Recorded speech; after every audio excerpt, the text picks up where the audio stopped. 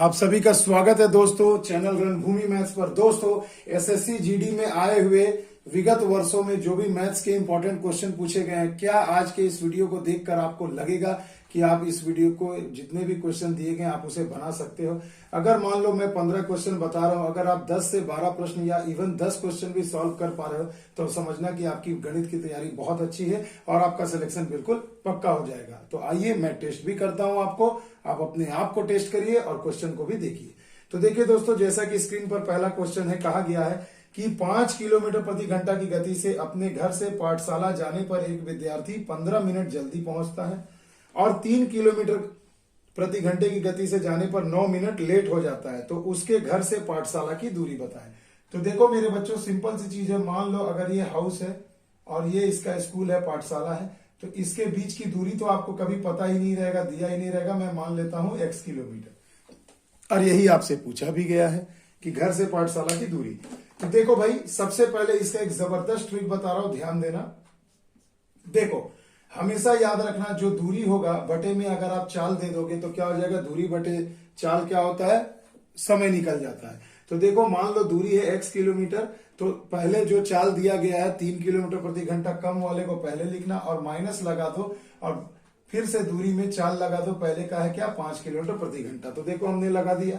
अब देखो ये भी समय है, टाइम है, ये भी टाइम है, दोनों का अंतर कितना है, वही 5 मिनट, 15 मिनट जल्दी है और 9 मिनट लेट है। तो जब जल्दी और लेट रहेगा, दोनों रहेगा, तो दोनों को हमेशा ऐड कर दीजिए, 15 प्लस 9 कर दीजिए।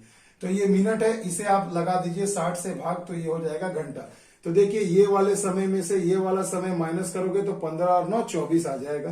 क्लियर? तो यही कंसेप्ट है, ट्रिक यही था कि आपको टाइम के बराबर में दोनों टाइम को लिखना है। तो दूरी बटा चाल करके ऑलवेज माइनस करिए, और अगर देरी और जल्दी रहेगा तो दोनों समय को आप जोड़ दीजिए। जल्दी रहेगा तो घटा दीजिए, देरी रहेगा तो घटा दीजिए। बट प्रश्न में आपको हमेशा पूछा जाएगा जल्दी और देरी, तो यानी हमेशा आपको ऐड करना है। और ये अगर मिनट में दिया तो इसे 60 से डिवाइड कर लो तो ये घंटे में आ जाएगा। बस सिंपल अब सॉल्व करिए। देखिए 5x और ये हो गया 3x, यानी अपन लिखेंगे 5x माइनस 3x, और नीचे में इन्हीं का एलसीएम यानी 15 बराबर में हो गया 24 बटे में 60। 15 चौके 60, 4 छके 24, 5x में से 3x गया, हो गया 2x बराबर 6। तो x का मान आ गया 3। तो x का मान क्या आ गया, 3। तो हो जाएगा 3 किलोमीटर, यानी उसके घर से उसके पाठशाला की दूरी कितनी थी, 3 किलोमीटर। ऑप्शन नंबर सी में आपको दिख रहा होगा। आगे बात समझ में? तो देखो ये एक जादुई प्रश्न है और जादुई तरीके से मैंने बताया है, और ऐसा प्रश्न लगभग हर एग्जाम में पूछा जाएगा, आपको भी मिलने की संभावना है। आगे बात समझ में? आइए चलते हैं बच्चों अगले प्रश्न की ओर। अब देखिए दोस्तों, अगला प्रश्न आपके सामने है, स्क्रीन पर। कहा गया है कि एक संख्या को 136 से यदि भाग किया जाए तो शेषफल 36 प्राप्त होता है, तो उसी संख्या को अगर 17 से भाग किया जाए तो शेष क्या मिलेगा। तो ये बहुत ही इंपॉर्टेंट क्वेश्चन है दोस्तों, ऐसे प्रश्न अक्सर परीक्षा में पूछे जाते हैं। तो देखिए सबसे पहले कहा जा रहा है किसी संख्या को 136 से डिवाइड किया। मान लीजिए ये संख्या मेरे को पता नहीं x है, इसे भाग किया तो शेष कितना बचा, 17 को माफ कीजिएगा, शेष बचा है 36। तो मैं यहां लिख देता हूं 36। अब कहा जा रहा है कि अगर इसी संख्या को मैं 17 से डिवाइड करूं तो शेष क्या बचेगा। तो मेरे बच्चों ऐसे प्रश्न में कुछ नहीं करना है, जो शेष पहले बच रहा है ना, इसी में आप फिर वही 17 से आप इसी में आप फिर 17 से भाग लगा दीजिए। यानी आपको भाग लगा देना है इसी शेष में, और 17 से आप भाग लगा दीजिए तो हो जाएगा 17 दूनी 34, और शेष देखिए कितना आ गया, 2। तो यही शेष आपके प्रश्न का सही जवाब हो जाएगा, यानी 2 शेष बचेगा। आगे बात समझ में? तो ऐसा एक प्रश्न बहुत ही मजेदार है, एग्जाम में हमेशा पूछा जाता है, तो इसके लिए तैयार रहना। अब देखिए दोस्तों, अगला प्रश्न कहा गया कि 2 अंकों की संख्या की पुनरावृत्ति के द्वारा एक 4 अंक की संख्या बनाई जाती है, जैसे कि 1515 बन रहा है और एक बन रहा है 3737। इस तरीके की संख्या बन रही है। तो इस तरह की कोई भी संख्या सर्वदा किससे विभाजित होगी। तो मेरे बच्चों प्रीवियस मैंने पहले भी वीडियो में बताया है कि जब भी कोई 2 अंकों की संख्या है और उसी को वापस रिपीट करके 4 अंकों की जब संख्या बनाई जाती है, तो ये सभी प्रकार की संख्या ऑलवेज 101 से डिवाइड होती है। किससे डिवाइड होती है, 101 से। तो इस पर मैंने डिटेल भी बताया है कि कैसे 101 से ही डिवाइड होती है। तो अगर आप मेरे प्लेलिस्ट में जाएंगे तो आपको नंबर सिस्टम में ये वीडियो आपको मिल जाएगा। लॉसो मॉसो में भी आता है ये प्रश्न। तो ऐसे प्रश्नों के लिए तैयार रहिएगा। तब तक के लिए अभी आप सिर्फ इतना याद रखें कि 101 से डिवाइड होगा और यूनिक क्वेश्चन है, बस क्वेश्चन देखते के साथ फटाक से ऑप्शन में 101 खोजो और आंसर को उड़ा दो। आ गई बात समझ में? अब देखिए दोस्तों, अगला जो प्रश्न है बहुत ही बेहतरीन है। कहा गया कि 50 संख्या का औसत 30 है। यानी भैया मैंने एक ट्रिक बताया था, number into average equal to होता है टोटल। तो आपको कहा गया कि 50 संख्या है, एन में लिख दिया नंबर में, इनका एवरेज 30 दिया है, आपको टोटल निकल गया 1500 आ गया। यानी 50 संख्या दी गई है जिनका औसत 30 है, तो टोटल आ गया 1500। अब आपको कहा जा रहा है कि देखा गया बाद में कि दो मान है जिसका मान है 28 और एक को मान है 28 और 31 के जगह पर 82 और 13 लिख दिया गया। यानी आप बात को समझिए मेरे बच्चों, आपको लिखना था 28, आपने भूलवश कितना लिख दिया, इसे 82 लिख दिया। तो देखो आपने गलत लिख दिया, तो ये मान लो ये राइट वाला है और ये रॉन्ग वाला मान है। मैं ऐसे करके बच्चों को पढ़ाता हूं ताकि सही गलत लिखने की जरूरत ना पड़े, आप समझ जाए। लिखना था 28, आपने लिख दिया 82। उसके बाद देखिए एक और संख्या है, आपको लिखना था 13 और आपने गलती से उसे क्या लिख दिया, 31 लिखना था, माफ कीजिए, यहां हमें लिखना था 31 और हमने क्या कर दिया, गलती से यहां पर लिख दिया 13। तो मेरे बच्चों अब देखो सही मान ये है, गलत मान ये है। अब आप डिसाइड करो कि क्या जोड़ना है और या तो क्या घटाना है। तो सीधी सी बात है, देखो 28 के जगह आपने 82 लिख दिया, यानी आपने कितना अधिक लिख दिया, ये तो हमें दिख के तो समझ में आ ही रहा है। तो देखो इसे अगर आप घटाओगे तो देखो कितना ज्यादा लिख दिया, तो देखो 54 आपने ज्यादा लिख दिया। और यहां अगर देखो 31 को लिखना था और आपने 13 लिख दिया, तो आपने कम लिख दिया। तो अधिक लिखा है तो प्लस 54 कर देना, और अगर कम लिख दिया तो ये कितना हो जाएगा, माइनस करके लिख देना, ताकि आपको समझ में आएगा कि इसे घटाना है या जोड़ना। तो देखो ये 18 आपने लिख दिया। अब एक कॉमन सेंस की बात समझो कि औसत आपने निकाला है 1500, जिसमें आपको क्या करना है भैया, 54 आपने ज्यादा लिख दिया है, अधिक लिख दिया, यानी आपको इसमें से माइनस करना है। और 18 जो है आपने कम लिखा है, देखो माइनस आ गया यानी कम लिखा है, तो इसे आपको जोड़ना है। तो सिंपल सी चीज है, 1500 में मैंने पहले 18 मेरे को लिखना होगा, जोड़ना होगा, क्योंकि 18 मैंने कम कर दिया था। तो इसे जोड़ दो तो ये हो गया 1518।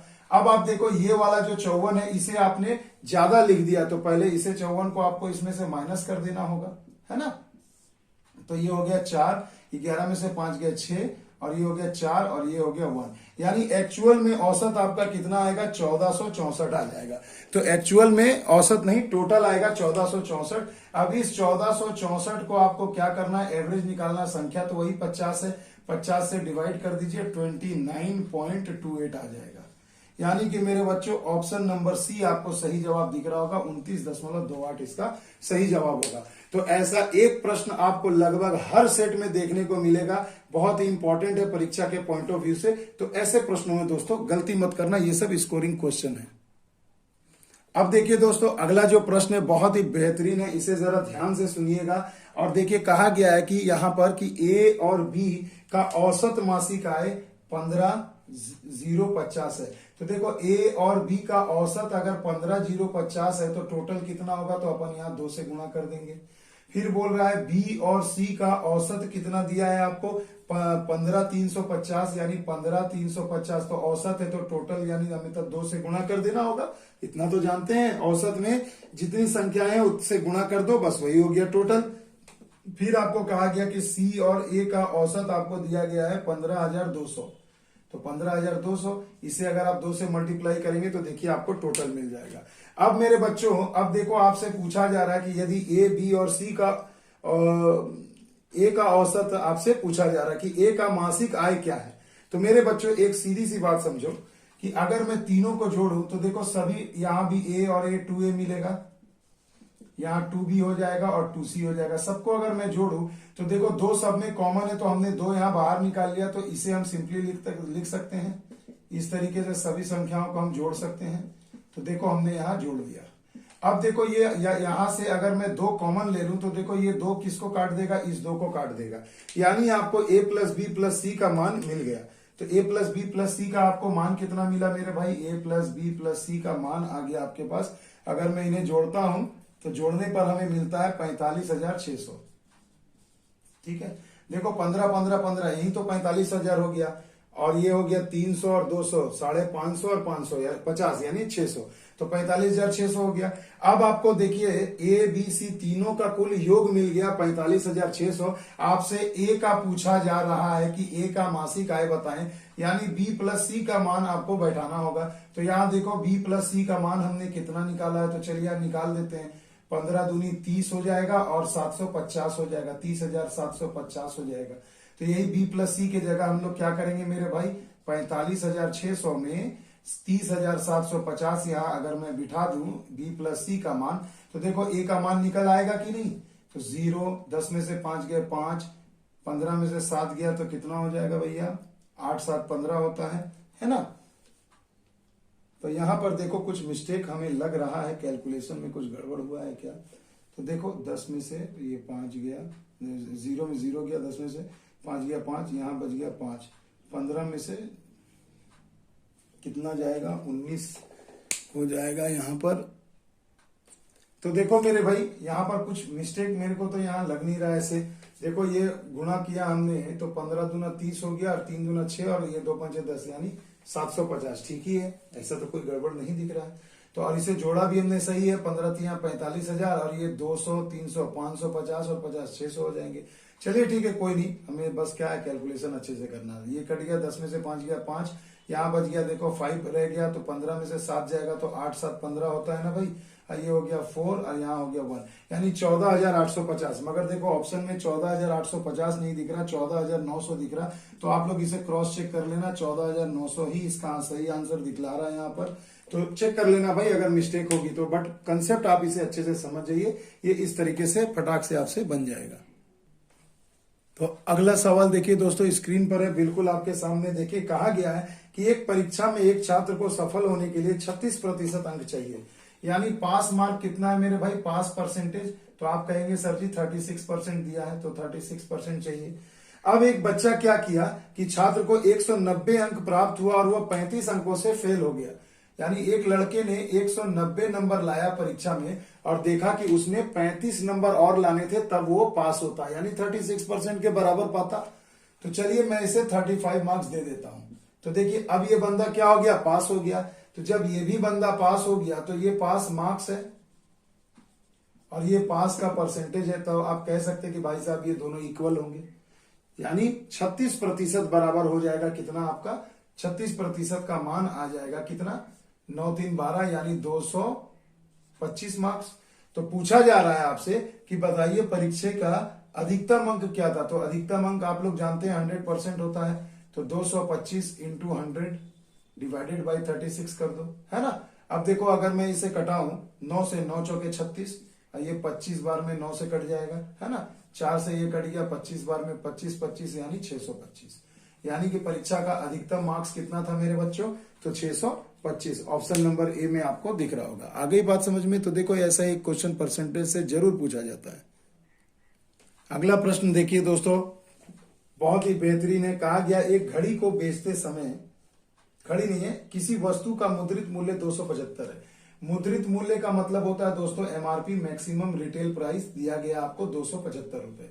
यानी कोई चीज जब आप खरीदने जाते हो तो देखना उस पर जो टैग लगा रहता है एमआरपी करके, जो रेट लिखा रहता है वो हो जाता है दाम, मतलब मैक्सिमम रिटेल प्राइस, मतलब इस वस्तु को इससे अधिक माफ कीजिएगा, उस वस्तु को इस मूल्य से अधिक मूल्य पर नहीं बेचा जा सकता, यानी ये उसका मैक्सिमम दाम है। अब क्या हुआ, दुकानदार ने आपको क्या किया, डिस्काउंट दिया। कितने का दिया भाई साहब, 5%। और आपको पता है डिस्काउंट हमेशा एमआरपी पर ही निकलता है, ठीक है।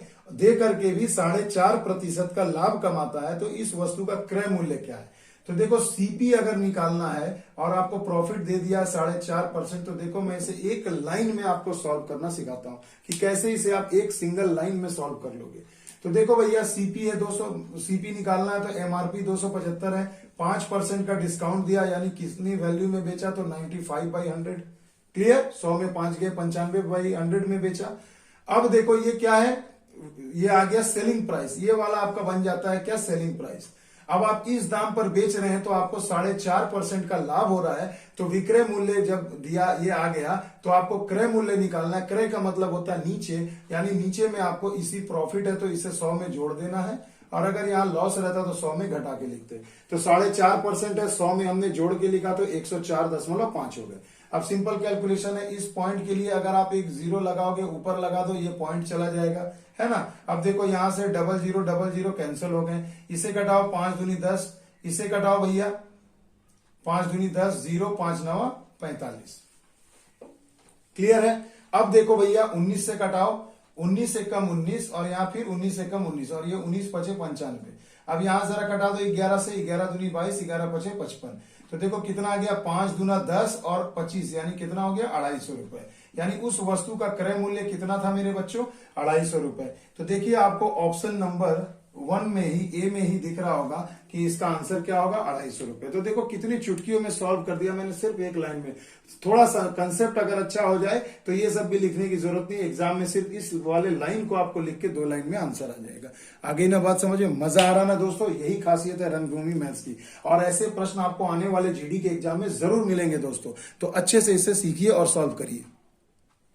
अब अगला प्रश्न थोड़ा गौर फरमाइए दोस्तों, इसे भी अच्छे से समझो। देखो कहा गया कि एक रिटेलर ने होलसेलर से 400 रुपए प्रति रेडियो की दर से रेडियो खरीदा, यानी रेडियो का क्रय मूल्य कितना हो गया भाई साहब, 400 रुपए। हमने जो डेटा मिल रहा है उसे लिखते जाओ पढ़ के। अब कहा जा रहा है कि यदि उसने 30% मूल्य अधिक अंकित किया, यानी कि अब वो दुकानदार क्या करेगा, रिटेलर एमआरपी ज्यादा करके लिखेगा। तो कितना ज्यादा करके लिखा है, तो 400 पर 30% बढ़ाया है, तो भैया 130/100 लिख सकते हैं।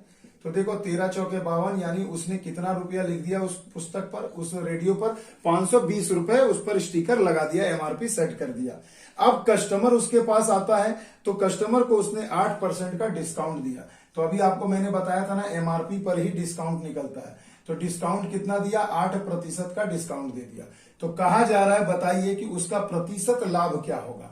तो सबसे पहले तो मेरे बच्चों एमआरपी पर से अगर डिस्काउंट हटा दो तो वो क्या निकल जाता है, विक्रय मूल्य। तो 8% डिस्काउंट दिया, तो यानी मैं लिख सकता हूं 92/100। क्लियर है भाई। देखो 2 से कट गया 5 बार में, 2 दूनी 4, 2 छक्के 12। तो ये आ गया 26 गुणा 9 2/5, 92/5। ये आ गया विक्रय मूल्य मेरे भाई। अब आपसे पूछा जा रहा है उसका लाभ प्रतिशत बताएं। तो सबसे पहले मेरे बच्चों आपको क्या करना होगा, इसे गुणा करना होगा। तो चलिए जरा मैं 26 और 92 को गुणा कर लेता हूं। 2 छक्के 12 हासिल 1, 2 दूनी 4, 9 छक्के 54, 54 4 58 और 1 59 के 9 5, 9 दूनी 18 5 23, यानी 2392/5। ये हो गया भाई साहब का क्या, विक्रय मूल्य। थोड़ा अब इसे और कर देता हूं, तो देखो 5 चौके 20 है ना, फिर कितना हो जाएगा 39 आ जाएगा। तो 5 सते 35, 4 बच गया, फिर कितना होगा 5 अटे 40, फिर 20 हो गया, तो क्या हो जाएगा 5 चौके 20, यानी 478.40 रुपए, है ना। इतने में उसने बेचा। तो देखो भैया ये है आपका सीपी और ये है आपका विक्रय मूल्य। लाभ कितना दिख रहा है, तो मेरे को दिख रहा है यहाँ पर 78.4 रुपए का लाभ। अब ऑप्शन में कंफ्यूज करने के लिए देखिए, ऑप्शन नंबर 2 में आपको 78.4% दिया है, तो इसमें मत फंसना बच्चों, ये आपका प्रॉफिट हुआ।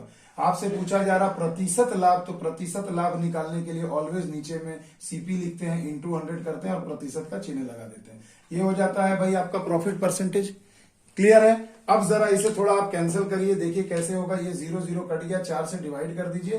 तो देखो 19 चौके 76 होता है, 2 बच गया। तो अब क्या हो जाएगा, 19 चौके 76 24, 4 छके 24, यानी 19.6% का लाभ होगा, जो कि आपको ऑप्शन नंबर डी में दिख रहा होगा। तो आपके प्रश्न का सही जवाब हो गया 19.6%। तो देखो डेटा को पढ़ के लिखना सीखो मेरे बच्चों। जैसे ही लिखोगे तो कंसेप्ट आपका अगर अच्छा है तो ऐसे ही आप इसे क्लियरली बना पाओगे। आगे बात समझ में। तो चलिए अगले सवाल की ओर चलते हैं। अगला सवाल देखिए दोस्तों, सिक्कों पर आधारित प्रश्न दिया है। एक बैग में टोटल 280 सिक्के हैं, यानी कुल कॉइन कितने हैं मेरे बच्चों आपके पास, कुल कॉइन कितने हैं मेरे बच्चों आपके पास, 280। तो चलिए हमने यहां लिख दिया 280 कॉइन्स है।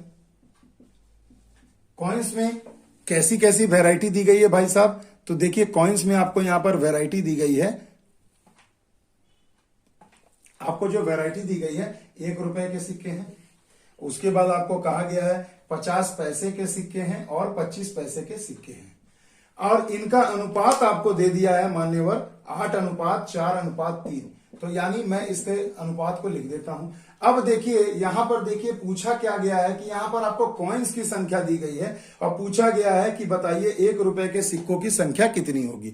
तो 1 रुपए के जब सिक्कों की संख्या आपको जब निकालना है तो आपको क्या करना है मेरे भाई, कुछ भी नहीं करना है, सिंपल सा चीज है। अब देखो 1 रुपए का एक सिक्का का वैल्यू 1 होता है, तो मैं इसे लिख सकता हूं कि चलो भैया ये 8 होगा। 50 पैसा है, अगर मैं इसे रुपया में कन्वर्ट करूंगा तो 1 रुपया लाने के लिए मेरे को कितने सिक्के लगेंगे, 2। तो यानी अगर इस तो 1 रुपए में 2 सिक्के होंगे 50 पैसे के, तो आप इसे क्या करेंगे 4 इंटू 2 कर दीजिए। और यहाँ देखिए ये 25 पैसे के टोटल 3 अनुपात में सिक्के हैं और 1 रुपए में कुल कितने 25 पैसे के सिक्के होते हैं, तो आप कहेंगे सर जी 4 होते हैं। तो देखिए इस प्रकार से हमने गुणा कर दिया। आ गई बात समझ में। तो देखो अब कुल कितने हो गए सिक्के, तो 4 तिया 12, 4 दूनी 8 20 और 8 28, यानी ये 28 सिक्कों की संख्या ये बराबर होगी 280 कॉइन्स के। ये रेशियो है। तो एक रेशियो कितने के बराबर होगा मेरे भाई, तो देखो आप कह दोगे सर जी 10 के बराबर होगा। तो पूछा जा रहा है कि 1 रुपए के सिक्कों की संख्या, तो 1 रुपए के सिक्कों की संख्या क्या थी, तो देखो यहां पर कितना है, 1 अनुपात का मान हो गया 10, तो 8 अनुपात का मान कितना होगा, यानी रेशियो 8 की वैल्यू हो जाएगी 8 गुणे में 10, यानी कि कुल कितने सिक्के होंगे 80 सिक्के। तो देखिए कितनी चुटकियों में सॉल्व हो रहा है भैया, समझ में भी आ रहा है। और क्या चाहिए आपको, और जिन बच्चों को डाउट हो रहा है या तकलीफ हो रही है ऐसे प्रश्नों में, तो वो मेरे प्लेलिस्ट में जाकर सिक्कों पर आधारित प्रश्न सर्च करिए बाय रणभूमि मैथ्स, देखिए आपको वीडियो मिल जाएगा, दाएं दाएं वहां से सीख लीजिए। आइए चलते हैं अगले प्रश्न की ओर।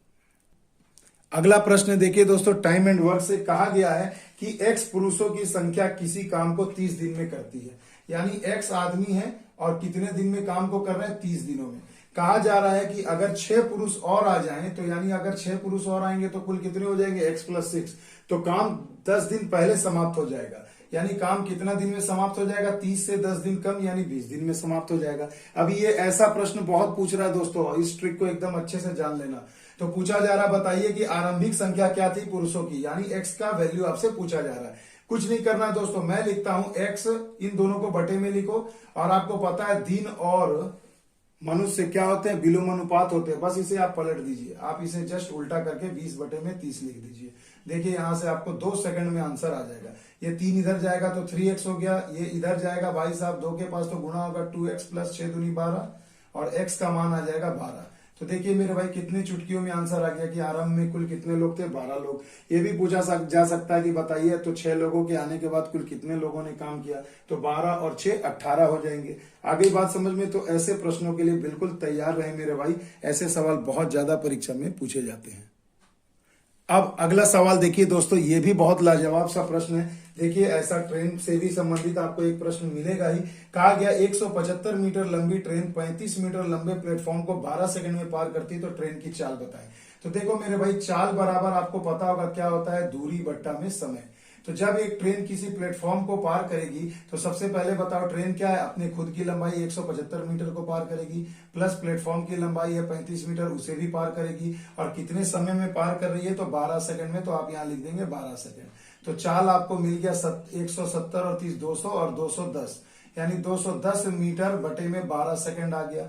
अब मेरे बच्चों बताओ, आपको तो आंसर किलोमीटर प्रति घंटे में पूछा है, तो आपको पता होगा 18/5 से गुणा करने से मीटर प्रति सेकंड किलोमीटर प्रति घंटे में बदल जाता है। बात खत्म। अब फटाफट सॉल्व कर दीजिए मेरे भाई। क्या है इसमें, और तो कुछ भी नहीं था मेरे भाई। तो चलिए हम लोग सॉल्व करते हैं। 5 से ही भाग दे देते हैं डायरेक्ट। 5 चौके 20, 5 दूनी 10 42, और ये देखो क्या आ जाएगा, 6 दूनी 12, 6 सते 42, 2 9 18, 7 9 63, यानी आंसर आ गया आपका 63 किलोमीटर प्रति घंटा। तो देखिए कितनी चुटकियों में सॉल्व हो रहा है प्रश्न। एक क्वेश्चन और रह गया है मेरे बच्चों, आइए हम लोग उसे भी देख लेते हैं। अब देखिए दोस्तों, इस क्वेश्चन में कहा गया है कि एक त्रिभुज की भुजाओं का अनुपात है 2:3:4। मान लो एक त्रिभुज है कुछ इस प्रकार से है, नाम से ही पता चल रहा है विषमबाहु त्रिभुज है। ये 2 रेशियो है, और ये 3 रेशियो है, और ये 4 रेशियो है। ठीक है। पूछा जा रहा है कि यदि त्रिभुज का परिमाप 18 सेंटीमीटर है, परिमाप यानी आपको पता है मेरे बच्चों, परिमाप त्रिभुज का क्या होता है, 2s। 2s का मान होता है a plus B plus c, यानी तीनों भुजाओं का जोड़ आपको दे दिया गया है 18 मीटर।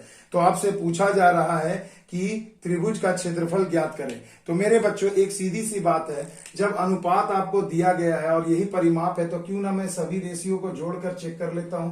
तो 4 3 7 और 2 9, यानी मेरे बच्चों परिमाप यानी कि 9 रेशियो बराबर कितना है, आपको 18 मीटर दिया गया है। इसलिए एक रेशियो बराबर कितना होगा, तो 18 बटे में 9, यानी 9 दूनी 18, यानी 2 मीटर। तो एक रेशियो का मान आपने निकाल लिया, कितना आ गया, 2 मीटर। अब बस यही रेशियो को एक रेशियो का जो मान आया सभी भुजा में अगर आप गुणा कर दें तो देखो आपको भुजा मिल गया, ये हो गया 2 दूनी 4 मीटर, ये इसमें 2 से गुणा कर दीजिए, ये हो गया 6 मीटर, इसमें 2 से गुणा कर दीजिए, ये मिल गया 8 मीटर। अब मेरे भाई ये बताओ, सीधी सी बात, जब तीनों भुजा आपको मिल गया है तो आप क्या कर सकते हैं, बहुत सारे तरीके हैं, मगर विषम बाहु त्रिभुज का क्षेत्रफल निकालने का फॉर्मूला होता है s into S minus A, S minus B into S minus C. आप चाहें तो इसका हाइट भी निकाल करके निकाल सकते हो, मगर मेरे भाई वो थोड़ा आपको पेचीदा पड़ जाएगा। विषम बाहु त्रिभुज का सबसे अच्छा फॉर्मूला होता है ये। अब देखो आप यहां से देखो, एस का मान कितना दिया मेरे भाई, 18। तो 2s का मान है 18, तो याद रखिएगा परिमाप हम लोग लिखते ही हैं 2s, तो केवल s का मान कितना हो जाएगा, तो 18 बट्टे में 2, यानी कि 9। तो यानी s का जगह आपको बैठाना है 9, फिर s के जगह 9, और a मतलब कोई भी एक भुजा ले लीजिए, मतलब तीनों भुजा को बारी बारी से इसमें से माइनस कर देना है। देखिए हमने माइनस कर दिया। अब देखिए अनुपात निकल के आ जाएगा, रूट निकल के आ जाएगा, 9 में से 4 गया 5, 9 में से 6 गया 3, 9 में से 8 गया 1। अब देखो 9 का रूट क्या होगा, 3, ये दोनों सिंगल बच गए, तो आंसर हो गया 3 रूट 15 वर्ग मीटर, यानी कि त्रिभुज का क्षेत्रफल आ जाएगा 3 रूट 15 वर्ग मीटर। तो देखो कितनी आसानी से सॉल्व हो गया भैया, समझ में भी आ गया, पढ़ने में भी समझ में आ गया, बनाना भी सीख गए, और क्या चाहिए, यही खासियत है रणभूमि मैथ्स की।